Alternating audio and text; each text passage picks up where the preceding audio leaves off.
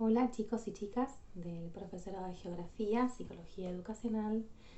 En esta oportunidad nos convoca la unidad número 3 que hace alusión a la escritura como ejemplo paradigmático de los procesos psicológicos superiores de tipo avanzado.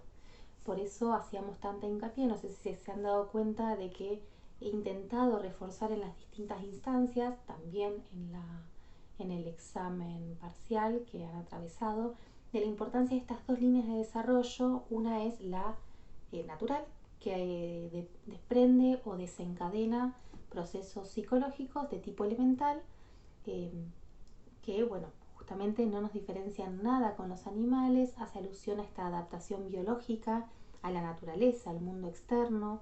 Es el equipamiento biológico que traemos por nacimiento y que nos permite sobrevivir.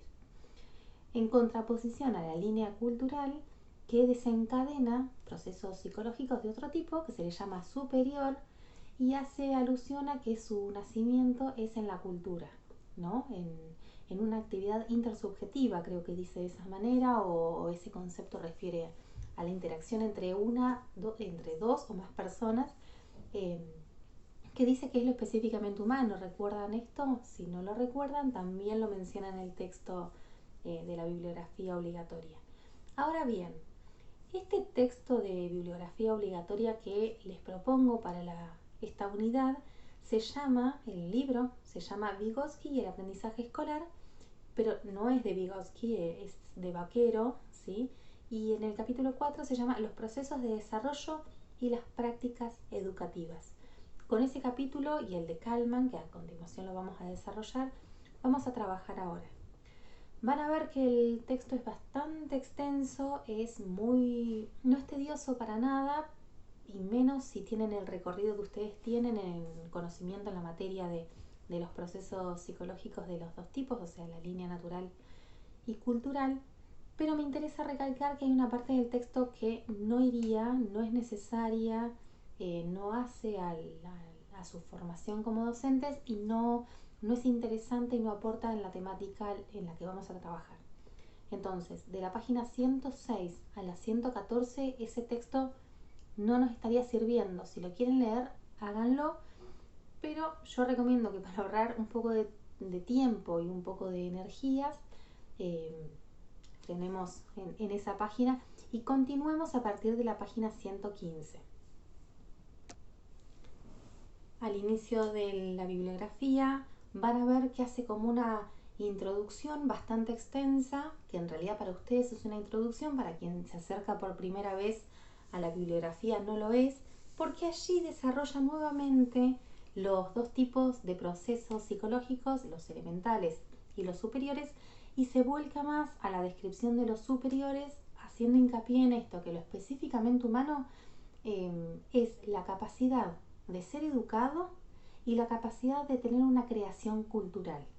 Esto me parece que es nodal en el texto y también en esta asignatura que estamos atravesando, porque ahí es donde nos vamos a posicionar nosotros eh, como evaluadores del proceso de enseñanza y aprendizaje. Entonces, tengan en cuenta y resalten del texto este componente, porque lo repite por lo menos en dos oportunidades, no sé si en más, pero es justamente ahí donde interactúa una cuestión cultural y una cuestión de desarrollo cognitivo, ¿sí? Es la capacidad del ser humano de ser educado, la educabilidad del sujeto. Piensen ustedes en lo que hacía referencia al principio de esa capacidad superior que tiene el humano, estas herramientas psicológicas, ¿sí? Esa capacidad de crear, de conocer, de sostener y de articular a nivel representacional.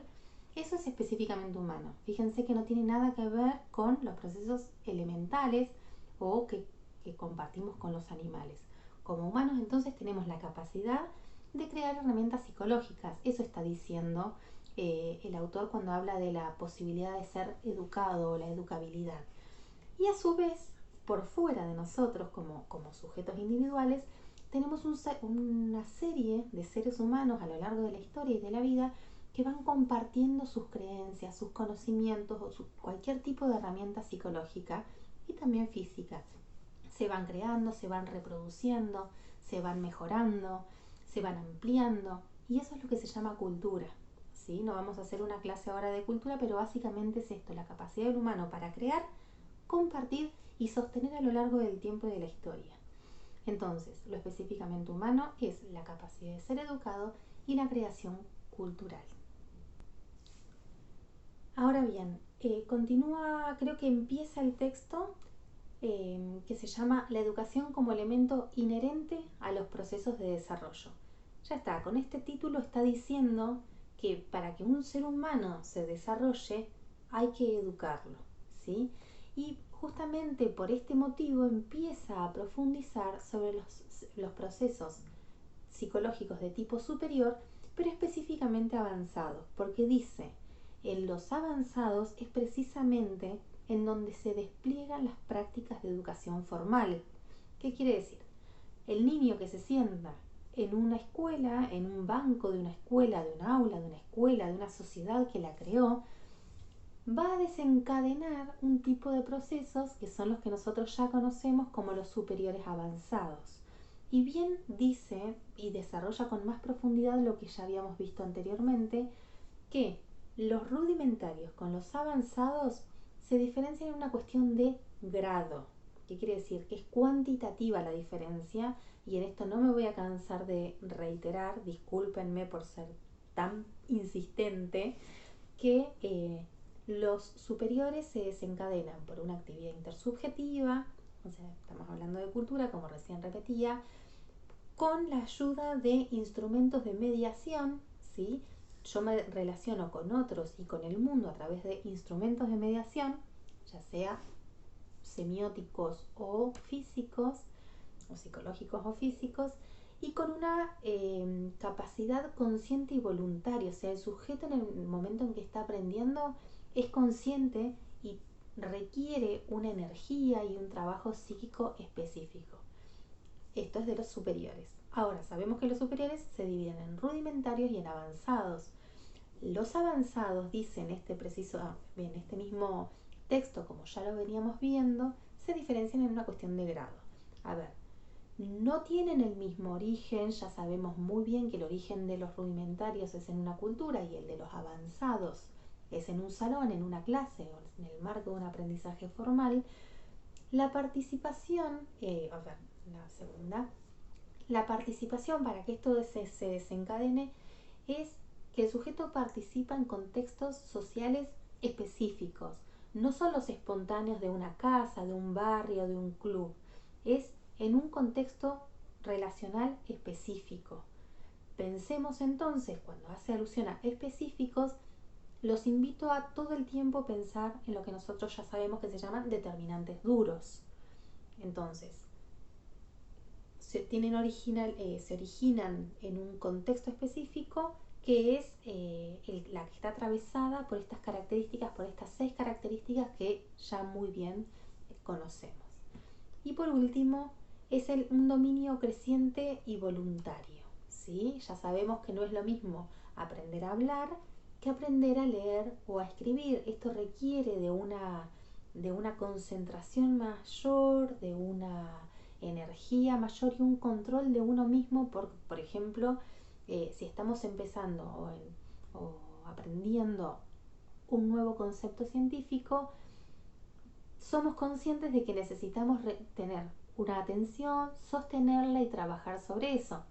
Más allá de que a todos nos pasa de en el medio de una clase que vuela una mosca, que por acá anda una, hasta dentro de no mucho, y nos desconcentramos. Pero todo el tiempo somos conscientes y podemos dominarnos a nosotros mismos con la capacidad de volver a tener la atención, sostenerla y somos conscientes y sostener la voluntad, digo, ¿sí?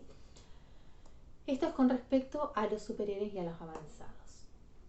Ahora bien, habíamos hablado de que tienen orígenes diferentes, pero que cada uno a medida de la evolución, dígase, en orden cronológico, elementales, superiores rudimentarios y superiores avanzados, ahí está la mosca, tienen una relación de reorganización a favor del siguiente. ¿Qué quiere decir?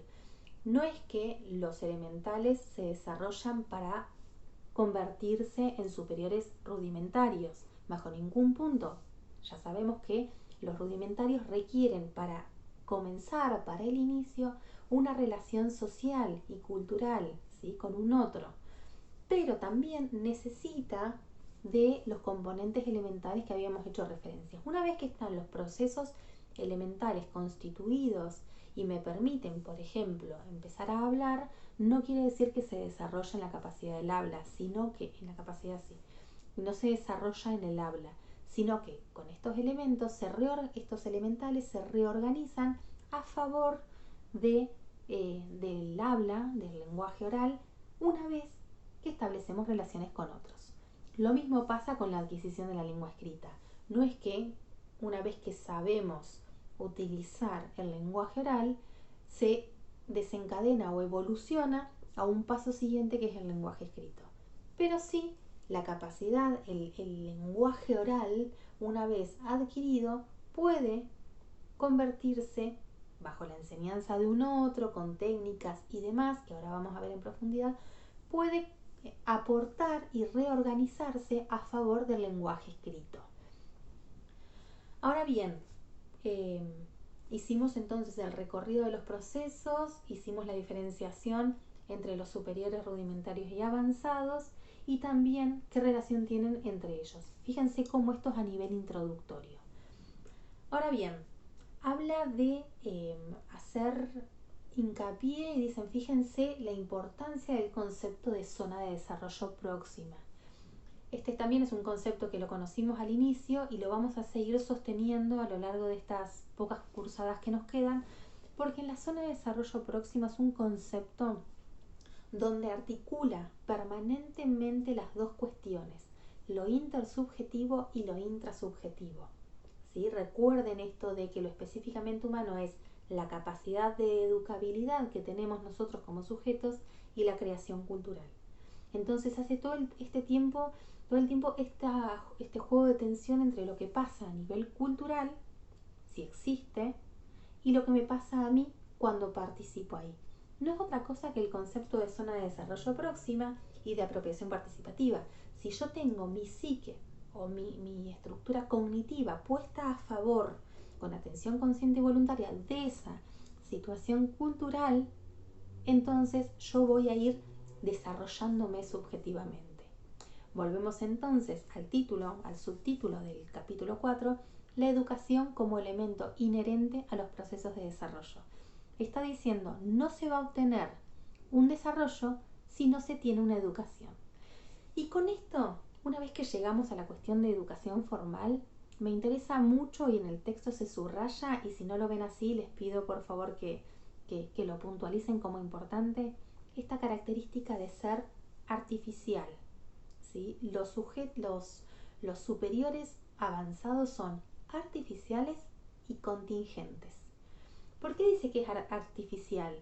Básicamente dice porque la educación tiene un rol inherente a los procesos de desarrollo. Volvemos al título, por eso lo remarqué. Es artificial porque creamos una situación que no tiene nada que ver con el desarrollo espontáneo del niño. Volvemos a recaer en los determinantes duros. Agarramos a un niño, determinamos que lo mejor es ir a la escuela, lo sentamos en el banco y le empezamos a decir un montón de cosas que él no elige. ¿Sí? Entonces es artificial justamente por eso, porque le imponemos, le sesgamos un sesgo en su desarrollo psíquico que le obligamos a desprender o desencadenar esos procesos psicológicos con contenidos previamente establecidos por alguien que no es el sujeto. Por eso es artificial. Ahora, ¿por qué es contingente? Es contingente porque puede quedar trunco. Y esto lo vamos a ver más en profundidad con el texto que sigue de Kalman, que se tienen que dar un montón de cuestiones para que el niño o el sujeto desencadene este tipo de proceso psicológico superior. Pensemos en la escritura, y lo vamos a ver en profundidad en el texto. Para que la cultura sea una herramienta que tome el sujeto, primero tiene que existir en la cultura, ¿sí? Una cuestión externa que nada tiene que ver con el sujeto. En segundo lugar, el sujeto tiene que acceder a ese contexto social. Y en tercer y último lugar, el sujeto tiene que poner su compromiso cognitivo, tiene que participar activamente de esa cuestión social. O sea, tiene que poner su condimento individual. Si algo de esto, de estas tres cuestiones que acabo de mencionar, queda trunco, entonces ese proceso psicológico superior jamás se va a desarrollar. Por eso es contingente. Ahora bien, volviendo atrás, ¿por qué los procesos psicológicos superiores avanzados son artificiales? Porque nada tiene de espontáneo, porque es una interacción social específica en donde el niño tiene que hacer una fuerza abismal, niño o sujeto, para llegar a comprender eso y desencadenar este tipo de proceso. ¿Por qué es contingente? Porque algo en este camino que requiere un montón de componentes, si algo de esto llega a fallar, el proceso no se desencadena. Contingentes y artificiales, hace 3 puntos que me interesan el texto, no recuerdo bien la página, que dice artificial porque la educación tiene un rol inherente al proceso de desarrollo. Después, la educación apunta a un creciente dominio de autónomo y descontextualización. Lo que buscan acá es decir, ¿para qué está la escuela? Bien, la escuela es artificial, genera un desarrollo artificial en el sujeto y lo que requiere, a lo que apunta la escuela, es que la persona tenga un dominio superior de él mismo, que pueda mantener la atención consciente y voluntaria permanentemente. A su vez, que sea descontextualizado, que todo lo que se lleva de la escuela permanezca y le sirva para cualquier contexto. Para eso necesita aportarle al sujeto un instrumento muy descontextualizado que se lo pueda llevar para siempre y aplicarlo en cualquier lugar. Y por último, dice que se busca dominar a sí mismo, a la cultura y a la naturaleza. Si tienen un poco de memoria o se han podido asimilar en manera profunda o aprender el concepto que habíamos trabajado de las herramientas psicológicas, el fin era justamente esto. ¿Se acuerdan? Modificarse a sí mismo, al otro y a la naturaleza.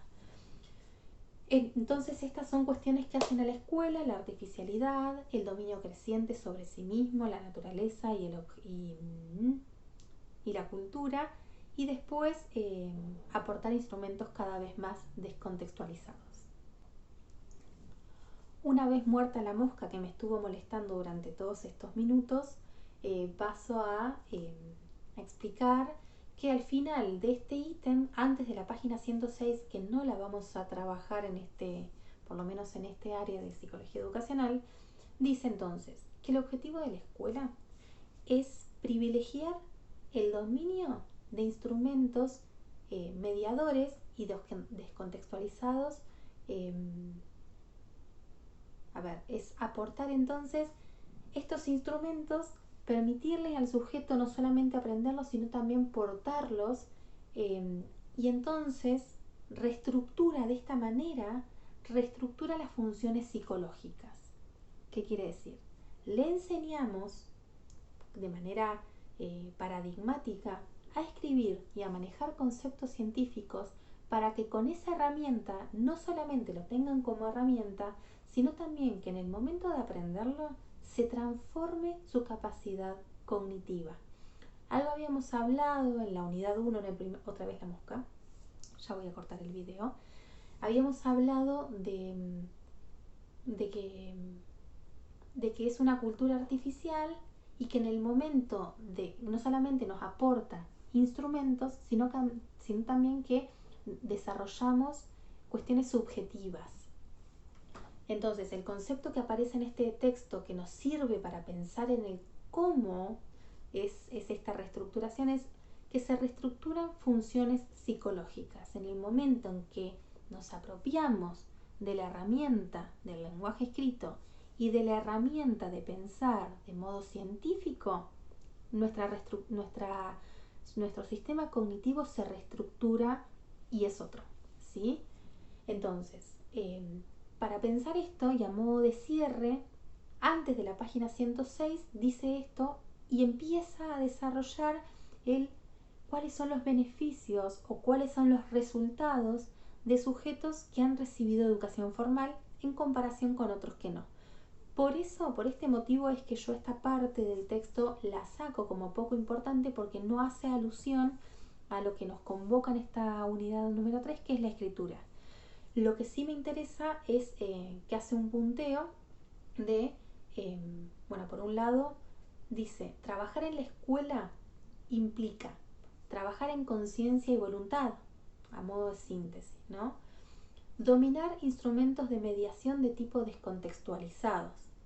El instrumento a dominar posee estructura y características propias y su dominio es inherente al dominio del instrumento. Es esto de nos transforma nuestra capacidad de conocer, nuestra capacidad de pensar, y en esa transformación se incorpora un elemento de conocimiento que nos va a servir como instrumento permanente, ¿sí? Como un instrumento descontextualizado. Después dice, se aprende e interioriza el dominio de instrumentos con su estructura intrínseca y con su modalidad y régimen de uso escolar. Es exactamente lo mismo que acabo de explicar. El régimen escolar posee características, ya sabemos que nosotros llamamos determinantes duros. El aprendizaje es el dominio de instrumentos y también su recontextualización en el escenario escolar. Va de nuevo, aprendemos el instrumento como el lenguaje escrito, el conocimiento científico, pero también no solamente lo aprendemos, sino también que lo hacemos para responder a los lineamientos de la escuela, aprobar exámenes, mantener diálogos de este tipo con el docente, con estudiantes. Después, las prácticas de enseñanza demandan tareas extrañas. Con esto quiere decir que nada tiene de espontáneo en el desarrollo. Después, el lenguaje escrito y el desarrollo de conceptos científicos son ejemplos paradigmáticos. Y acá hacemos el corte. Para trabajar con los procesos psicológicos superiores de tipo avanzados, vamos a tomar como ejemplo el desarrollo de conceptos científicos y la adquisición de la lengua escrita. En esta unidad simplemente vamos a trabajar sobre la lengua escrita.